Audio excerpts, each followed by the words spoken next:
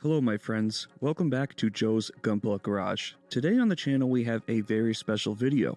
We're going to be going back in time before I was even born. Today we're going to be unboxing and taking a close look at high-grade RX-78-2 Gundam from 1990. Before 1990, Bandai didn't have a grading system for their Gunpla. These were more akin to typical military models, simply following a scaling system. To celebrate 10 years of Gunpla, the very first high-grade model kit was released, starting with the classic Gundam. With this release, it used the latest molding technology of the time, and even to this day we still see these methods being used by Bandai in their model kits. The box layout is identical to early releases of the HGUC line.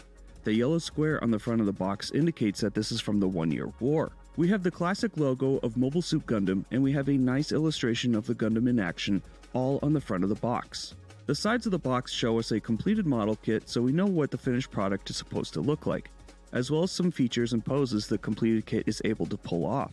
The edges of the side of the box have the high-grade logo with the gold embellishment behind it, a tradition that has continued to HGUC models released to this day in 2025.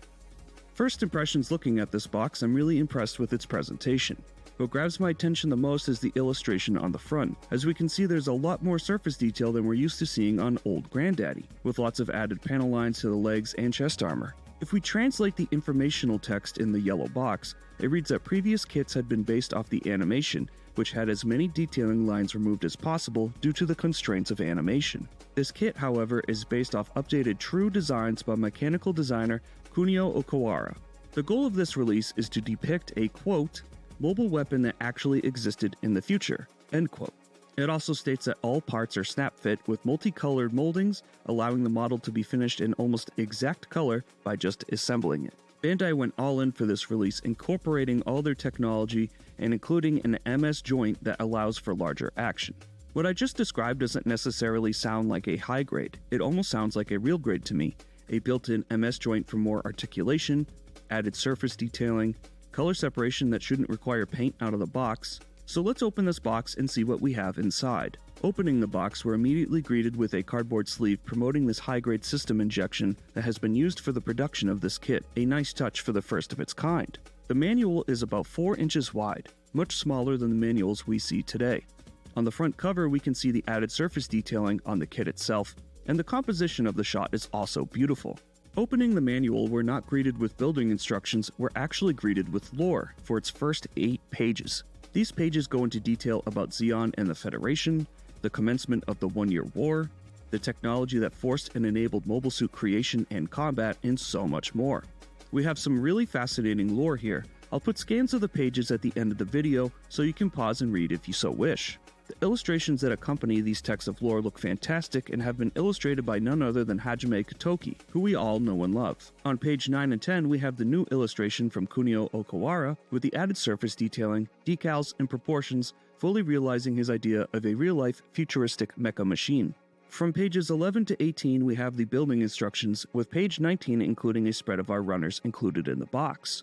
The instructions seem simple, and that's because a lot of the work is already done for us based on the injection system here.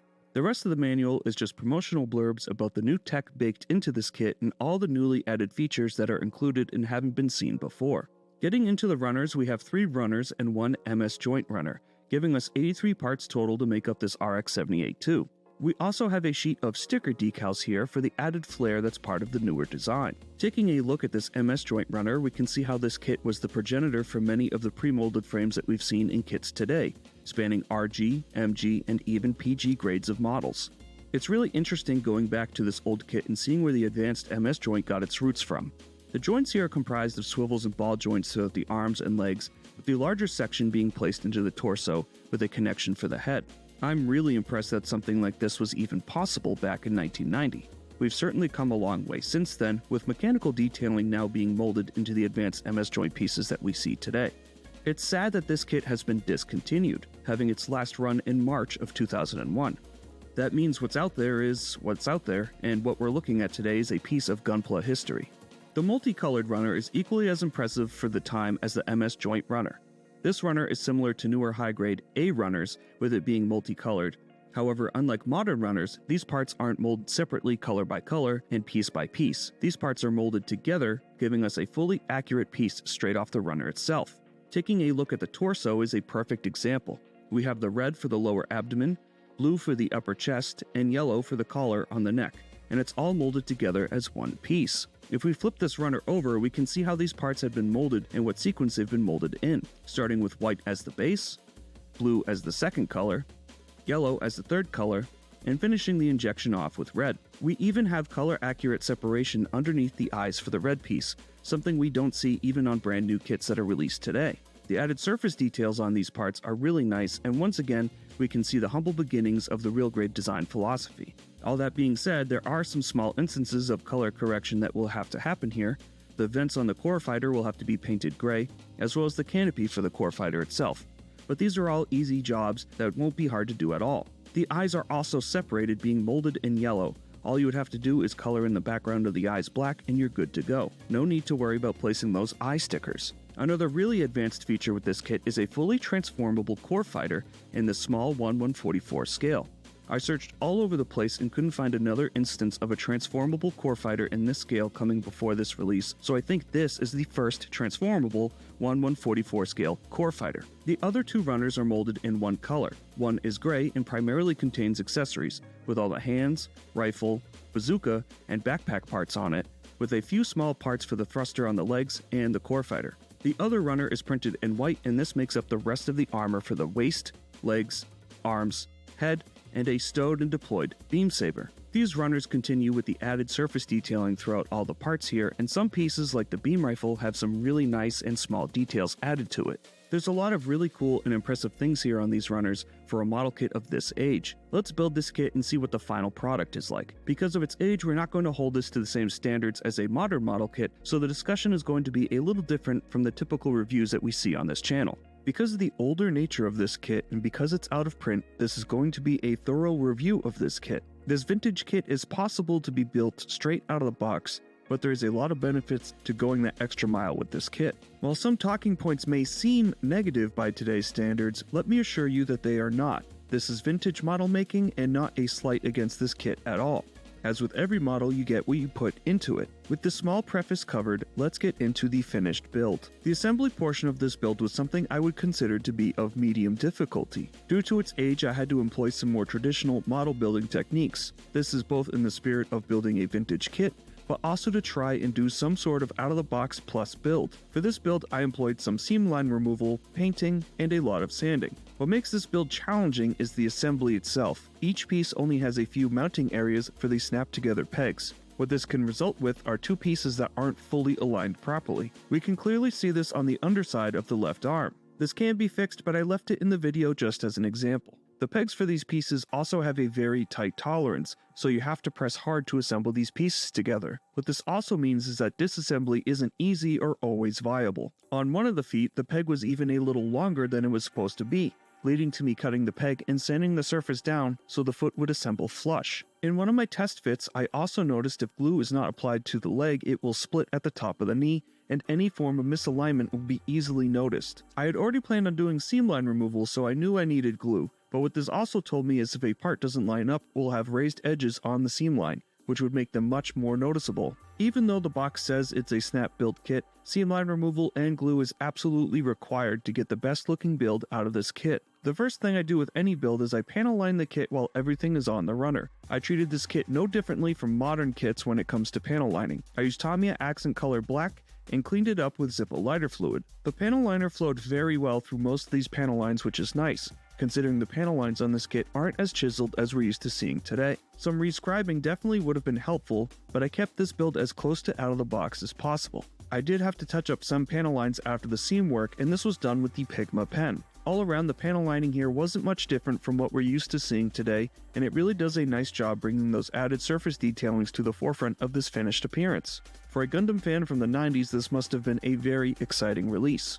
The seam lines on this kit are simple. The limbs of the kit are comprised of two halves, so we have a seam line running down the middle of the legs from the thigh to the feet, and the arms from bicep to forearm. I used two different methods of seam line removal for this kit. The left leg I used some sprue glue, and the right leg I used Tamiya thin cement. The sprue glue method definitely worked better to seal these seam lines, however sealing the seam lines on the feet is a little challenging. Because the red and white are both molded together, the color tends to bleed into the white portion of the foot. We can see this very clearly on the left foot. This is easily fixable with some paint, but this goes against the color accuracy philosophy out of the box, so for the sake of this video I left it in this state. As mentioned during the assembly portion of the review, you have to be very careful during seam line removal, so that parts would line up properly.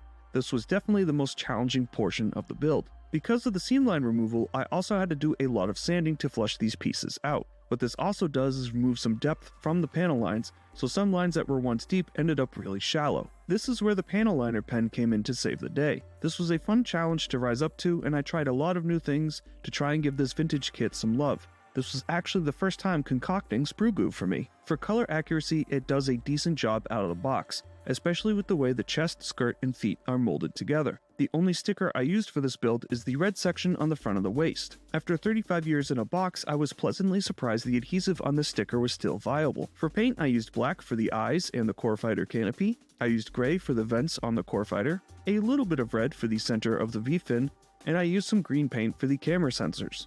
Out of all this paintwork, only one had a sticker, and that was the red for the V-fin. There is a painting guide at the end of the manual to show you what else should be painted. Some areas on the legs should be painted gray. Despite these MS joints making up the articulation, you can still pull these pieces apart so you can do all the paintwork after assembly and seam line removal. I'm not sure if this was intentional, but it's nice that this joint system can be separate after assembly, unlike the advanced mobile suit joint that we see in real grades today. The nub marks on this kit are very easy to deal with and handle. The nubs are generally pretty small, so removing them with the 2-cut method is really simple.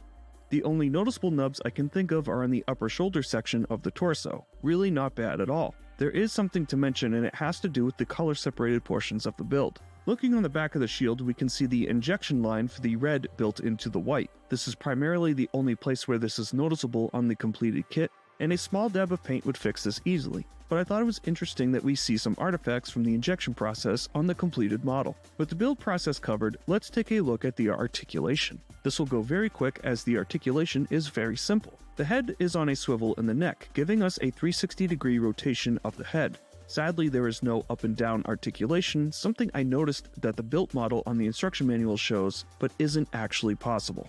For the torso, there is no articulation at all, but for the waist, the front and side skirts can articulate just a little bit. It only buys us a little bit of movement for the legs to articulate around. The legs are in a ball joint in the thigh, which is very similar to the old Bionicle joints.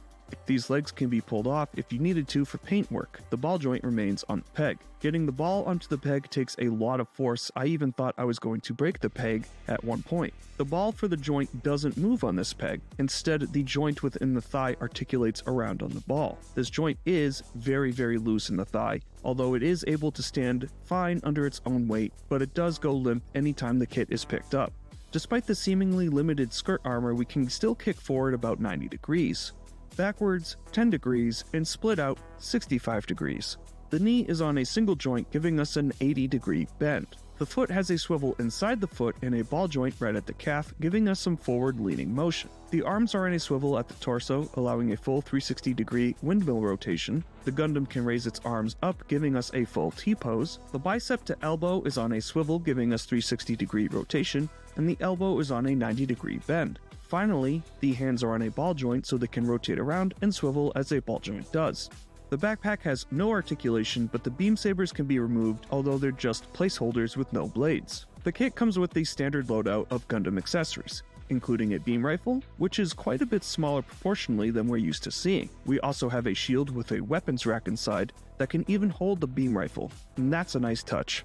We get a bazooka with some really nice detail on it and a mount for the rear skirt. We get 2 open hands, 1 shooting hand, and 2 beam saber holding hands, with an included beam saber toothpick that needs some paint for its pink blade. The last accessory to mention is the Corefighter, which I believe is the first iteration of a transformable Corefighter in 1/144 scale. The transformation is extremely simple. Push the nose cone back, rotate the canopy into the block system, flip the side wings up, and remove the tail. The Corefighter is now ready to dock the Gundam. The only thing that keeps the Gundam together is some pressure clips on the side and front of the torso into the waist. With the torso lifted, we can place the Corefighter into the torso, then clip the torso into the waist, and we're all done. Very easy, if a bit unstable and prone to popping out during play and posing. The posability of this kit is great for its time, giving us the ability to place the Gundam in some wider action poses.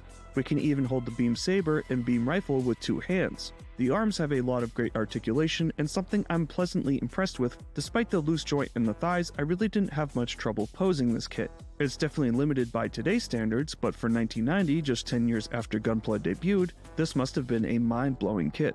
The high grade 1990 was a lot of fun for me to build and take a deep dive into. This is a kit that's going to be getting more and more rare, and I'm incredibly thankful for the generous channel donation to get this kit in hand. Because of its scarcity and price, this would be a must-buy if you're a big fan of Gunpla as a hobby and want to take a long trip back in time to build a piece of Gundam history. This is a kit that you get what you give out of it. I'm happy this kit challenged me to branch out and try some new building methods and techniques. I admire the forward thinking of the MS joint system, and again I'm blown away that Bandai was cooking this idea even back in 1990. Going from modern day Gunpla releases to this kit was a blast for me. I find it fascinating to see how far Bandai has come with their model kit technology. I'm happy that this kit is going to be immortalized in this video, so we can have a thorough look at how this hobby has progressed throughout the years. I hope you enjoyed this look at some vintage Gunpla on the channel. We have 3 more vintage high grades to take a look at soon, and I really hope you come with me on those adventures as well. If you like this video, please drop a like and maybe consider subscribing. I try to cover any and everything Gunpla, as this is a hobby that I really love. I want to give a big thank you to all my subscribers for the likes and comments. Your support on the channel has made videos like this one possible, and we wouldn't be here if it wasn't for you all. Until next time, stay safe, have fun, and happy building.